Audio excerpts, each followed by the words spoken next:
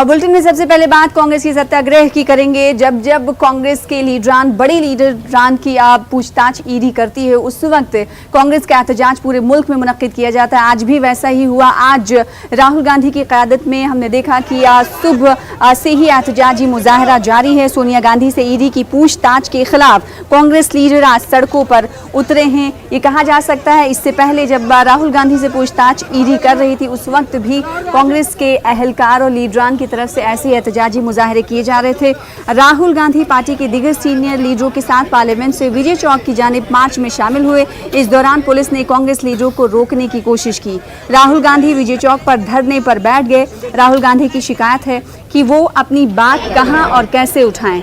राहुल गांधी राष्ट्रपति भवन जाना चाहते हैं। राहुल गांधी को पुलिस वैन में बिठाकर विजय चौक से ले गई है। विजय चौक की जानिब मार्च कर रहे कांग्रेस लीडरों राहुल गांधी, मल्लिकार्जुन खड़गे, रंजीत रंजन, केसी वेणुगोपाल और मानिक राम टैगोर, इमरान प्रतापगढ़ी और के सुरेश समेत दिगर लीडरों को पुलिस ने हिरासत में लिया है। तो ये तमाम लीडरान हैं जिन्हें पुलिस की तरफ से हिरासत में लिया गया है। मल्लिकार्जुन खड़गे का कहना है कि वजीर आजम नरेंद्र मोदी और वजीर दाखिला अमित शाह अपोजिशन की आवाज़ दबाने की कोशिश कर रहे हैं और ये साजिश के तौर पर किया जा रहा है। वो अपोजिशन को कुचलना चाहते हैं, लेकिन कांग्रेस डरने वाली नहीं है। हमारी जद्दोजहद जारी रहेगी। तो ये तस्वीरें जो आप देख रहे हैं टीवी स्क्रीन पर, ये तस्वीरें इस वक्त की हैं जो कांग्रेस की तरफ से एहतजाजी मुजाहरा किया जा रहा है। आज आपको बता दें कि ईडी से पूछताछ सोनिया गांधी की हो रही है, तो दूसरी तरफ कांग्रेस के तमाम बड़े लीडर एहतजाज कर रहे हैं। इन्हें एहतजाज क्योंकि सेक्शन 144 का नफाज अमल में लाया गया है, इसलिए एहतजाज इन्हें करने की मनाही है। इससे पहले शर्तों के साथ एहतजाज करने की इन्हें इजाज़त दी गई थी, जिसे कांग्रेस ने खुद ही वापस ले लिया। यहाँ पे क्या हुआ, यहाँ पे सारे सांसद आए, हाँ, और उन्होंने महंगाई की बात की, हाँ, और बेरोजगारी की बात की, और ये हमें यहाँ बैठने नहीं दे रहे हैं, हाँ, अंदर बात नहीं करी जा रही है, डिस्कशन नहीं अलाउड है, हाँ, और यहाँ पे ये हमसे अरेस्ट कर रहे हैं। हाँ, तो आप जिस तरह से मैन हैंडलिंग की गई और राष्ट्रपति से नहीं मिल सकते, संसद में अपनी बात नहीं कह सकते, जो स्थितियां बनी हुई है उस पर आप क्या कहेंगे? वो तो है, हिंदुस्तान की स्थिति है, पुलिस स्टेट है, वो तो सच्चाई है।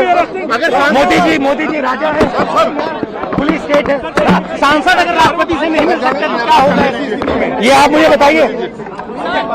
काफी दूर रखा गया प्रोटेस्ट मार्च के दौरान, बात करने की कोशिश कर रहे हैं। सर क्या आप डिटेल होंगे आप पुलिस के इंस्ट्रक्शन के मुताबिक एक चल रहा है। ये मोदी जी और शाह जी की साजिश है कि पूरे अपोजिशन को खत्म करना और उसको हमको हमारी आवाज बंद करना, ये उनका तरीका है और वो तरीका अपना रहे हैं।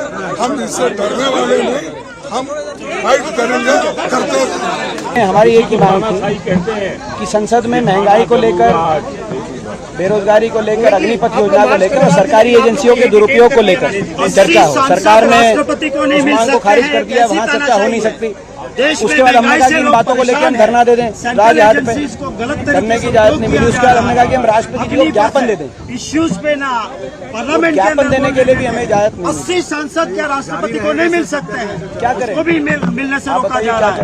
The government is completely becoming autocratic in nature, and they are not allowing even the parliamentarians to express the real issues of the people. They are misusing all other agencies. You can see how they are dealing with the honorable MPs. They are very brutal in nature, and Amit Shah's police is being misbehaving with the MPs. We have the democratic right to fight against the misrule of this government, and we have been protesting against in a peaceful way.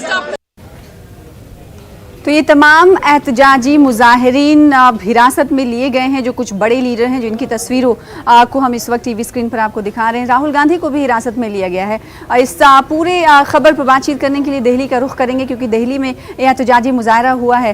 साथ ही नाज़रीन को ये भी बताने की ज़रूरत है कि सिर्फ और सिर्फ दिल्ली में नहीं, बल्कि मुख्तलिफ रियासतों में एहतजाज आज कांग्रेस की तरफ से किया जाना है। मुंबई की भी तस्वीरें हम आपको दिखाएंगे, लेकिन सबसे पहले रुख कर लेते हैं दिल्ली का। दिल्ली से हमारे साथ हमारे नुमाइंदे रवि सिसोदिया जुड़ रहे हैं। रवि, आप हमारी आवाज सुन पा रहे होंगे तो ये बताइएगा, राहुल गांधी समेत कई ऐसे लीडर हैं जिन्हें हिरासत में लिया गया है और हिरासत में लेकर उन्हें वैन में बिठाया गया है। इसके बाद क्या उन्हें किसी पुलिस स्टेशन में ले जाया गया है क्या?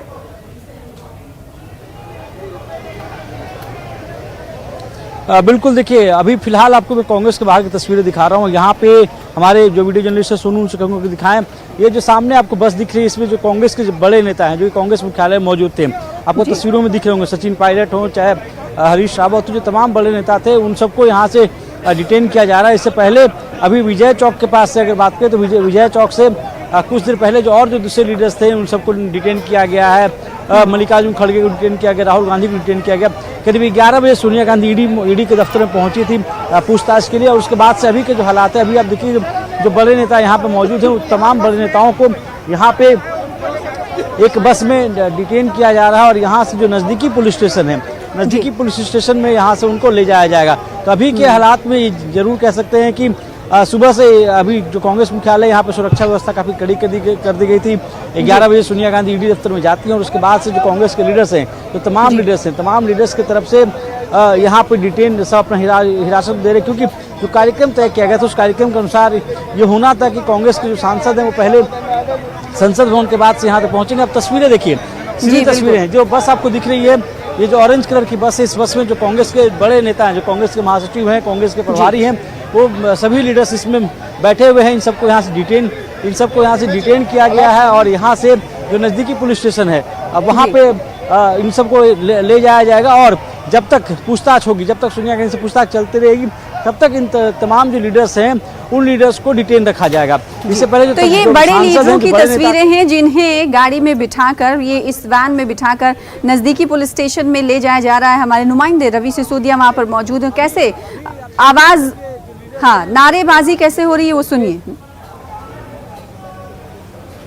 बिल्कुल रवि, अब तो ये गाड़ी लेकर इन तमाम लीडरों को आगे निकल चुकी है, नजदीकी पुलिस स्टेशन में ले जाएगा। इसके अलावा जो छोटे कार्यकर्ता हैं, छोटे कारकुन हैं कांग्रेस के, वो वहां पर अभी भी मौजूद है या नहीं मौजूद है? उनको हटाने के लिए, आगे नहीं बढ़ने देने के लिए पुलिस की स्ट्रैटेजी क्या है?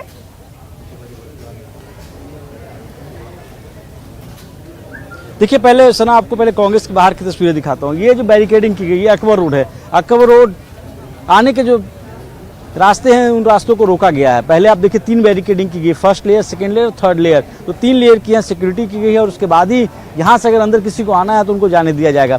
दूसरी तरफ अगर कांग्रेस के बाहर की तस्वीरें आपको दिखाने की कोशिश करता हूँ, कांग्रेस के बाहर के अभी क्या हालात हैं। कांग्रेस के बाहर अभी जो वर्कर्स हैं वो वर्कर्स अभी मौजूद है, लेकिन यहाँ पे आपको दिख रहा हो तस्वीरों में कि भारी बल में जो सुरक्षा बल है वो तैनात है, भारी संख्या में सुरक्षा बल यहाँ पे तैनात है और बैरिकेडिंग कर दी गई है। कांग्रेस मुख्यालय को चारों तरफ से एक तरह से बंद कर दिया गया है कि वहाँ से अंदर और बाहर जो एंट्री है उसको न हो पाए। और इसी बाबत अंदर एक बैठक बुलाई गई थी सुबह करीब 10:30 बजे। कांग्रेस मुख्यालय में एक बैठक थी जिसमें कांग्रेस के जो बड़े नेता, जो महासचिव हैं, जो प्रभारी हैं और साथ ही साथ कुछ लीडर्स, सांसद, उनको भी यहाँ बुलाया गया था। उसका तो बैठक की गई थी और यूथ कांग्रेस के या महिला कांग्रेस जो विंग है, कांग्रेस की जो फ्रंटल विंग्स हैं, उन सब की एक बैठक सुबह में थी। यहाँ पर तस्वीर आप देखिए, ये कांग्रेस मुख्यालय के बाहर की तस्वीर है। सुरक्षा बल यहाँ पर तैनात है। जो कुछ कार्यकर्ता अब रह गए हैं, बहुत ज़्यादा लोग डिटेन हो चुके हैं, उन सबको यहाँ पे डिटेन करने के लिए यूँ कहें कि अब जो गेट है, मेन गेट के बाहर की तस्वीर देखिए, तो बहुत से ऐसे लीडर्स हैं जिन सबको डिटेन कर लिया गया है। कुछ जो वर्कर्स हैं वो यहाँ पे मौजूद हैं जिनको डिटेन करने की तैयारी की जा रही है दिल्ली पुलिस की तरफ से। मुख्यालय के अंदर की तस्वीरें कोशिश करते हैं आपको दिखाने के लिए कि मुख्यालय के अंदर क्या इंतजाम किए गए थे, क्योंकि मुख्यालय के अंदर ऐसा बताया जा रहा था कि कांग्रेस की तरफ से आज सत्याग्रह करना था, उसको लेकर तैयारियां भी की गई थी। तैयारियों की अगर बात करें तो बाएं साइड में अगर आप हमारे देख पा रहे होंगे तो यहाँ पे जो तैयारियां थी कि अगर सत्याग्रह होता तो यहाँ पे शायद लीडर्स यहाँ बैठते और अपनी बातों को रखते, क्योंकि पहले ये कहा जा रहा था कि लोगों ने राजघाट में जाने की परमिशन मांगी थी, जो परमिशन उन्हें नहीं दी गई थी। और अभी के हालात को अगर आप देखें तो जो वर्कर्स हैं बहुत से संख्या में तैनात है। वर्कर्स की तरफ से वो पोस्टर बैनर सब लिए हुए, अपने तख्तियां रखे हुए, अपनी मांग भी कर रहे हैं। तो यहाँ तैयारियों को लेकर भी देखें कि यहाँ पे तैयारी की जा रही थी कि अगर सुबह हमें अगर परमिशन नहीं दी गई तो यहाँ पे धरना प्रदर्शन होता है, यहाँ पे सत्याग्रह करने की कोशिश थी। लेकिन अभी के हालात में चूंकि परमिशन नहीं दी गई थी, सांसदों का अलग मार्च था, वो संसद भवन से राष्ट्रपति भवन जा रहे थे, वहां पर उनको डिटेन किया गया और यहाँ जो वर्कर्स थे, जो लीडर्स थे, उन सबको यहाँ से डिटेन किया गया है। जी बिल्कुल। तो नाज़रीन, आपको बताते हुए चले कि दो मकामात हैं, एक अकबरपुर रोड जहां पर कांग्रेस का मुख्यालय है, हेडक्वार्टर है, वहां से कई लीडरों को आपसे कुछ देर पहले, जिसमें सचिन पायलट का भी शामिल हैं, वो गाड़ी आगे बढ़ते हुए नज़दीकी पुलिस स्टेशन पहुंची है। इसके अलावा विजय चौक की जानिब मार्च करने की कोशिश कर रहे थे पार्लियामेंट से राहुल गांधी समेत कई बड़े लीडर, उन्हें भी हिरासत में लिया गया है। रवि, बहुत शुक्रिया, आपसे आगे भी जुड़ते रहेंगे, इस हवाले से अपडेट हम लेते रहेंगे। फिलहाल बहुत बहुत शुक्रिया हमारे साथ जुड़ने के लिए। तो एक तरफ ईडी से पूछताछ हो रही है और दूसरी तरफ एहतजाजी मुजाहिरा। All the MPs of Congress, more than 75 MPs have been detained and they are taken to unknown places. I am joined with my friend Haibi Eden. We were having a peaceful protest to give a petition to the Honorable President of India, and we were brutally attacked by the police, denied all our democratic rights. All the MPs, including Rahul ji, is arrested and taken to the police station. तो सोनिया गांधी से ED की पूछताछ पर कांग्रेस बरहम नजर आ रही है। इससे पहले राहुल गांधी की जब ईडी से पूछताछ हुई थी, उस वक्त भी कांग्रेस ने एहतजाजी मुजाहरा किया था, सत्याग्रह किया था। आज मुंबई में भी एहतजाजी मुजाहरा किया जा रहा है। ना सिर्फ मुंबई, इसके अलावा कई और मकामात की भी तस्वीरें हमारे सामने आएंगी जो हम आप तक पहुंचाने की कोशिश करेंगे। इस एहतजाजी मुजाहरे को लेकर और ईडी की पूछताछ को लेकर कांग्रेस लीडर नसीम खान क्या कुछ कह रहे हैं, उन्होंने न्यूज़ 18 उर्दू से खास बातचीत की है, आइए आपको दिखाते हैं। ईडी ने आज दूसरी बार सोनिया गांधी को दिल्ली के दफ्तर में बुलाया, जहां पर पूछताछ कर रही है। हमारे साथ नसीम खान जी, उनसे बात करते हैं। नसीम जी, किस तरह से देखते हैं, पहले राहुल गांधी जी को बुलाकर ईडी ने पूछताछ किया, अब जो है सोनिया गांधी को दूसरी बार बुलाया गया है? देखिए, मोदी सरकार का ये तानाशाही रवैया है। मोदी सरकार की गलत नीतियों का जो विरोध करता है उसको डराने धमकाने की कोशिश केंद्र की मोदी सरकार कर रही है। राहुल जी को भी इसी तरह से उनकी आवाज़ दबाने की कोशिश करने के लिए ईडी का गलत इस्तेमाल किया गया। आज सोनिया गांधी जी, जिनका इतिहास इस देश की एकता, अखंडता और सत्ता को लात मारने का इतिहास सोनिया जी का रहा है, ऐसी नेता को ईडी के माध्यम से गलत तरह से उनको बार बार आज दूसरी बार बुलाकर कहीं ना कहीं डराने धमकाने की कोशिश की जा रही है, उनकी आवाज़ दबाने की कोशिश की जा रही है। लेकिन गांधी परिवार और कांग्रेस पार्टी का एक इतिहास रहा है, बलिदान का इतिहास रहा है। इस देश को एकता और अखंडता और देश की जनता की आवाज़ बनने का इतिहास रहा है और गांधी परिवार और कांग्रेस पार्टी मोदी सरकार की इन डराने धमकाने की नीतियों के आगे झुकने वाली नहीं है। आज मुंबई में हम देख रहे हैं कि तमाम जो बड़े नेता हैं यहाँ पर आए हैं, सत्याग्रह यहाँ पर किया जा रहा है। इसके पहले हमने देखा था कि सड़कों पर उतर करके जो है विरोध प्रदर्शन किया गया, लेकिन अब तक सरकार के कान में जू तक नहीं रहेगा। आपको क्या लगता है कि ये किस तरह से प्रक्रिया आगे और लेकर जाएंगे कांग्रेस पार्टी? देखिए, ये सरकार डिक्टेटरशिप के नाम पर सरकार चल रही है, तानाशाही रवैये की बुनियाद पर सरकार चल रही है।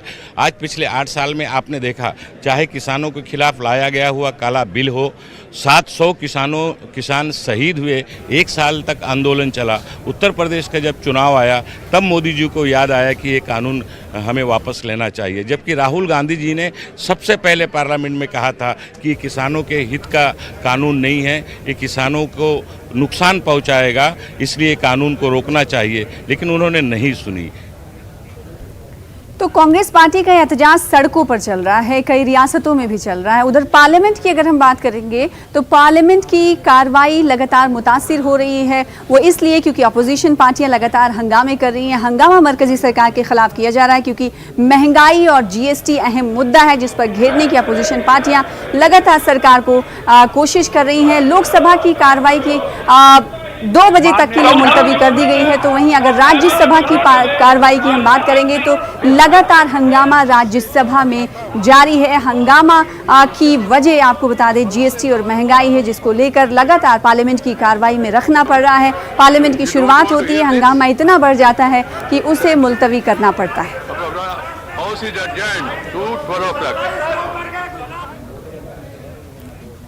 इसी के साथ रुकेंगे छोटे से ब्रेक के लिए, कुछ और खबरों के साथ जल्द लौटेंगे।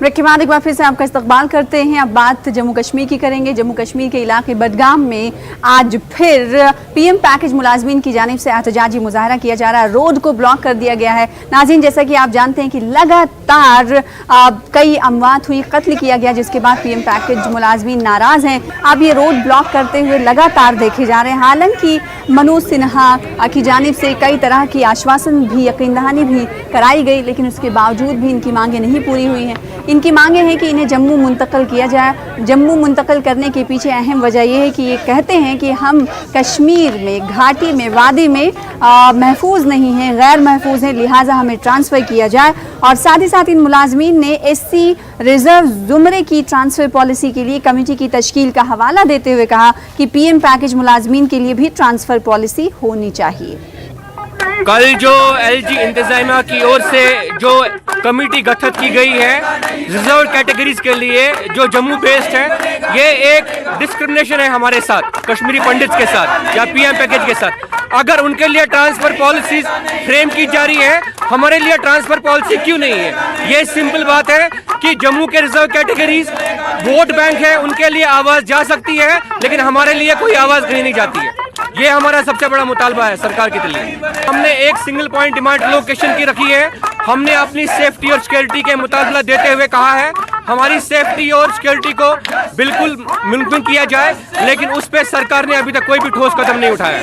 ये डिमांड पिछले 76 दिनों से हम कंटिन्यू हड़ताल पे हैं, अंदर टेंट पे हैं, सिर्फ इसीलिए क्योंकि जो हमारी राहुल भाई की जो शहीद हुए हैं और जो आज जो गवर्नमेंट ने जो ट्रांसफर पॉलिसी बनाई है कल, उसके अगेंस्ट हमारा ये है कि अगर रिजर्व कैटेगरी लिए ट्रांसफर पॉलिसी है, हमारे लिए क्यों नहीं? जो हमारे बलिदान हुए, हमारे शहीद जो लोग हुए हैं, उनके लिए क्यों नहीं ट्रांसफर पॉलिसी है? और गवर्नमेंट ने जो बातचीत करना जो बंद किया है, उसका क्या रीजन है? हमारी कॉलोनीज के अंदर हम पीसफुल प्रोटेस्ट कर रहे थे, बट जब कल ये पता चला कि ट्रांसफर पॉलिसी के लिए कमेटी बनाई गई है हमारे भाइयों के लिए, जब उनके लिए वो बना सकती है तो वो हमारे लिए क्यों नहीं बना सकती? इस चीज़ की डिस्क्रिमिनेशन को लेकर हमको बहुत ज़्यादा ही नाराज़गी है एडमिनिस्ट्रेशन से। हम बिल्कुल उनके खिलाफ नहीं जाना चाहते हैं, बट उनसे आज हम नाराज़गी प्रतीत कर रहे हैं, तभी हम जम्मू में आज करगिल विजय दिवस मनाया गया। एक तकरीब का भी इनेकाद किया गया अशोक बलिदान स्तंभ पर, और फौजी अफसरों और साबिक फौजियों ने 1999 में करगिल में दुश्मन से लड़ते हुए अपनी जानों का नजराना पेश करने वाले फौजी जवानों और अफसरों को खराज अकीदत पेश किया। इस मौके पर जम्मू के शहरियों की बड़ी तादाद भी करगिल जंग के हीरोज़ को याद करने के लिए मौजूद रही। मुक़र्रीरीन ने फ़ौज के बहादुर जवानों के किरदार पर रोशनी डाली, जिन्होंने पाकिस्तानी फ़ौज को पीछे हटने पर मजबूर किया। इस मौके पर करगिल जंग के दौरान ज़ख्मी होने वाले फ़ौजी जवानों को एजाज़ से भी नवाजा गया। विशेष तौर पर जंग के उन घायलों के लिए किया गया जो कि स्पेशली एबल्ड हो गए और किसी न किसी ऐसे घाव पर जख्मी हुए जिससे उनका शरीर पूर्ण रूप से दोबारा कभी स्वस्थ नहीं हो सका। उनका योगदान मैं समझता हूँ शहीदों के बराबर ही है। शहीद एक बार शहीद होता है, मुक्ति हो जाती है। ये लोग अपने शरीर की उस कमी को सारा जीवन जीते रहते हैं। 5 सैनिकों को जिन्होंने युद्ध में दुश्मन के साथ लड़ते हुए गोली खाई है, उनको हमने बुला के और उनको हमने सम्मानित किया है। ये हम देशभक्ति का जज्बा हर देशवासी के दिल में जगाना चाहते हैं, ताकि वो जब भी हमारा नियर फ्यूचर में कोई कन्फ्लिक्ट होता है और जिस प्रकार से पहले हमारे सिविलियन करते रहे हैं, कंधे से कंधा जोड़ के आर्मी के साथ में मिलके ये दुश्मन को नेस्तानाबूद करें। और अब खबर मध्य प्रदेश से है। मध्य प्रदेश से खबर यह है कि मध्य प्रदेश में 4 साल बाद हाई कोर्ट के अहकाम से शुरू हुआ वक्फ बोर्ड की तश्कील का अमल कोर्ट के दूसरे हुक्म से टल भी सकता है। जी हां, वक्फ बोर्ड इंतखाबात के अमल को लेकर जबलपुर हाई कोर्ट में दायर की गई अर्जी पर आज समाअत होगी। हाई कोर्ट में दर्ज केस नंबर 13 पर होने वाली समाअत में अर्जी गुजार ने वक्फ एक्ट 1995 का हवाला देते हुए वक्फ बोर्ड इंतखाबात को एक्ट की रूह के मनाफी बताया है। अर्जी गुजार का जवाब है कि वक्फ एक्ट और मध्य प्रदेश में वक्फ जायदाद के लिए लिहाज से 13 रुकनी बोर्ड होना चाहिए, जबकि हुकूमत की जानिब से 7 रुकनी बोर्ड तश्कील देने की कवायद की जा रही है। वाज़ेह है कि वक्फ बोर्ड इंतखाबात के लिए 30 जुलाई की तारीख मुकर्रर की गई है। इस खबर पे मजीद बातचीत करेंगे, हमारे साथ हमारे नुमाइंदे जुड़ रहे हैं। मेहताब आलम, मेहताब आलम बताइएगा कि इस खबर को किस तरह से देखा जा रहा है और इस मानवियत क्या है, और आज जो सुनवाई होने वाली है इस पूरे खबर पर नाज़रीन को समझाएं कि क्या कुछ आज समाअत होगी और मुमकिन है कि आज समाअत हो या फिर हो सकता है कि आगे भी बढ़ जाए, बताइए। सना ये बता दें कि आज जो समाअत होनी थी, जो हाई कोर्ट में जो बेंच थी वो तश्कील नहीं हो सकी, जिसकी वजह से आज समाअत नहीं होगी। अब समाअत कल पे हो सकती है, क्योंकि जो 2 रुकनी बेंच बनाई गई थी उसमें एक जज के नहीं होने की वजह से वो समाअत जो है आज नहीं हो सकी। असल मामला ये है कि मध्य प्रदेश वक्फ बोर्ड की जो तश्कील का अब तक मामला रहा है वो 13 रुकनी जो है उसमें अराकीन होते हैं, लेकिन हुकूमत के जरिए जो कोशिश की जा रही है वो 7 रुकनी। यही वजह इस मामले को लेकर फिर हाईकोर्ट से रुजू किया गया है और उसमें वक्फ एक्ट 1995 का हवाला देते हुए ये कहा गया है कि 13 रुकनी बोर्ड को बनाया जाए। अब अदालत का फैसला क्या होता है इस पर सबकी नजर बनी हुई है। कल होने वाली समाअत जो है हो सकता है, क्योंकि अभी तारीख तय नहीं हुई है कि समाअत कल होगी या परसों होगी, लेकिन वक्फ बोर्ड की तरफ से जो पहले जो हाई कोर्ट ने हुक्म दिया था उसके मुताबिक 30 जुलाई को इलेक्शन के लिए जो है ऐलान किया गया है। इसमें सबसे बड़ा मामला यह है कि मध्य प्रदेश वक्फ बोर्ड में जो अलग अलग मेंबरान की कैटेगरी होती है उसमें मजहबी रहनुमा भी होते हैं, उसमें MLA भी होते हैं, मेंबर पार्लियामेंट भी होते हैं और मुतल्लियों के जुमरे से भी जो है चुना जाता है। और सर हम यहाँ बता दें कि 342 जो है मुतवल्ली जो वो लोग हैं जिनकी सालाना इनकम 1 लाख से ज़्यादा है, लेकिन वक्फ बोर्ड के जरिए जो फहरिस्त जारी की गई है वोट देने के लिए वो कुल 126 है। इस पर भी तनाज़ा है, क्योंकि वक्फ बोर्ड का कहना है कि जिन लोगों ने वक्त पर पैसा नहीं जमा किया वो डिफॉल्टर है, जबकि जो सामाजिक कारकुनान का कहना है, माहिरीन कानून का कहना है कि सिर्फ जो है पैसा जमा नहीं करने से कोई वोट देने के हक से जो है उसको अलग नहीं किया जा सकता है। और फिर अगर जिन लोगों ने पैसा जमा भी किया है उनको भी शामिल नहीं किया गया है। इसमें बोर्ड पर भी ये इल्ज़ाम लगाया जा रहा है कि बोर्ड हुकूमत के इशारे पे काम कर रहा है ताकि उस तरह के बोर्ड बनाया जाए जहां पर अपोजिशन को शिकस्त हो सके। अब ये सारा मामला अदालत की तरफ है, अब अदालत का क्या फैसला होता है ये देखना होगा। इस पर नजर हमारी बनी हुई है, आगे भी हम आपसे अपडेट लेते रहेंगे और जब सुनवाई होगी इस हवाले से हम अपनी नजर बनाए रखेंगे। बहुत शुक्रिया मेहताब हमारे साथ जुड़ने के लिए। और महाराष्ट्र में जैसा कि नाज़रीन आपको पता है कि शिवसेना बामुकाबला शिवसेना चल रहा है, यानी शिवसेना वर्सेस शिवसेना इस वक्त महाराष्ट्र में दिखाई दे रहा है। ऐसे में कल हमने देखा कि साबिक वजीर आला उद्धव ठाकरे ने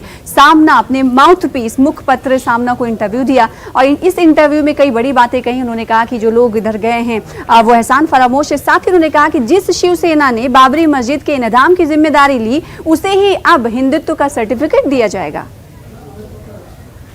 आहे शिवसेनेची ताकद काय आहे की सामान्यांना बाळासाहेबांनी असामान्यत्व दिलं। आता पुन्हा एकदा या सामान्यातून असामान्य लोक घडवण्याची वेळ आलेली आहे आणि म्हणून मी माझ्या तमाम शिवसैनिकांना आणि माझ्या माता भगिनींना बांधवांना विनंती करतो की चला परत उठा, आता पुन्हा एकदा सामान्यांना असामान्य बनवूया। कारण हे साधी लोक होती आणि ह्यांना ती चूक मी पुन्हा तेच म्हणेन की ही चूक माझी आहे की त्यांना ताकद दिली, पण त्या ताकदीने ते उलटा वार नुसता नाही केला तर राजकारणामध्ये ज्या आईने जन्म दिला त्या आईला गिळायला निघालेली अवलाद आहे। नुसतं आईवरती वार करणारे आपण म्हणत होतो तशी नाहीये ही, राजकारणात ज्यांनी यांना जन्म दिला त्या आईला म्हणजे शिवसेनेला गिळायला निघालेली अवलाद आहे, पण तेवढी ताकद त्यांच्यामध्ये नाही। फिलहाल इसी के साथ न्यूज रूम में बस इतना ही। मजीद खबरों के लिए आप लॉग इन कर सकते हैं हमारी वेबसाइट पर। देखते रहिए न्यूज़ 18 उर्दू। दीजिए इजाजत, आदाब।